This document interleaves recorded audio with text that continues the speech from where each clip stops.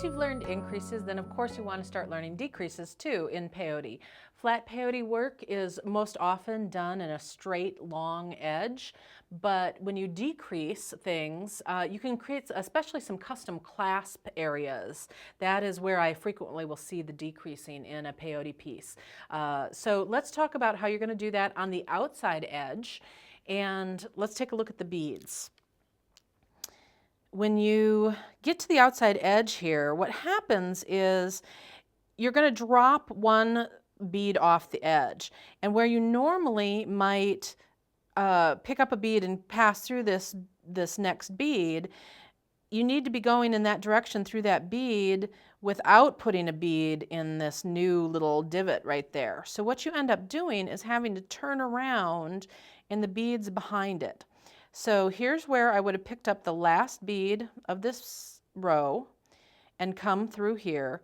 Now we're going to create a figure X. So I'm now passing through the bead right below where my thread is already coming out of. I'm going through 2 on a diagonal away from myself.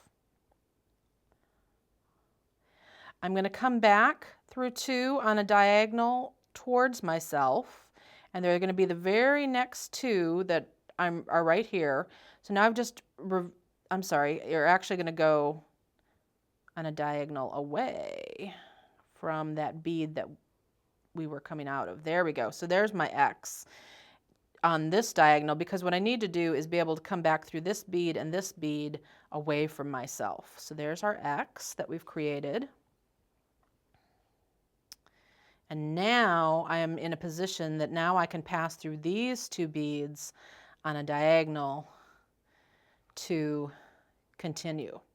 Okay, so that can be confusing. That is the official way of doing it. That's the way to do it so that your thread does not show. But there's also a cheater method. So let me show you the cheater method, because we all like cheater methods, right? The only downside of the cheater method is that it will show a little bit of extra thread on the outside edge. So say I wanted to decrease right here. Instead of doing this whole crazy figure X thing, what I can do is just catch the thread that it's holding those beads together. So it's right on that outside edge there.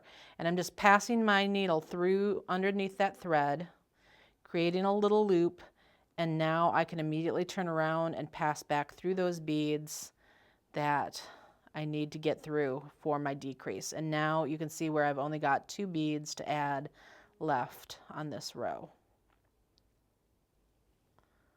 like so.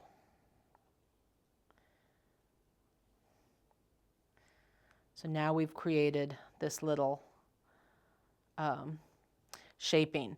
And in this case, this was an even count piece. And so when I decreased on both sides, you'll notice that I have 4 beads on this end and 3 beads on this side.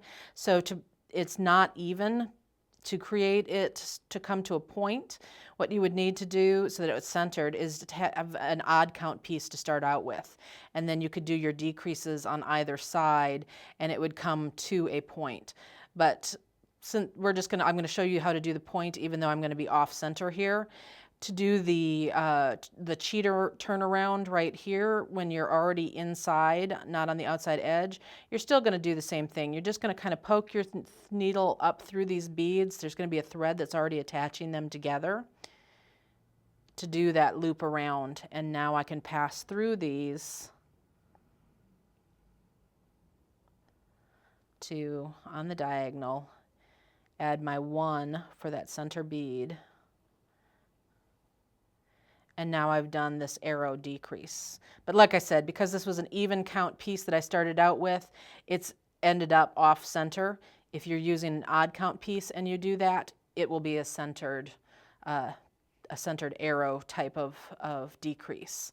And that is how you do decreases on the outside edge of peyote, flat peyote. I think that you'll find a lot of uses for that. And once you learn to do that kind of shaping, you kind of get addicted and then you start playing. I can't wait to see what you guys come up with.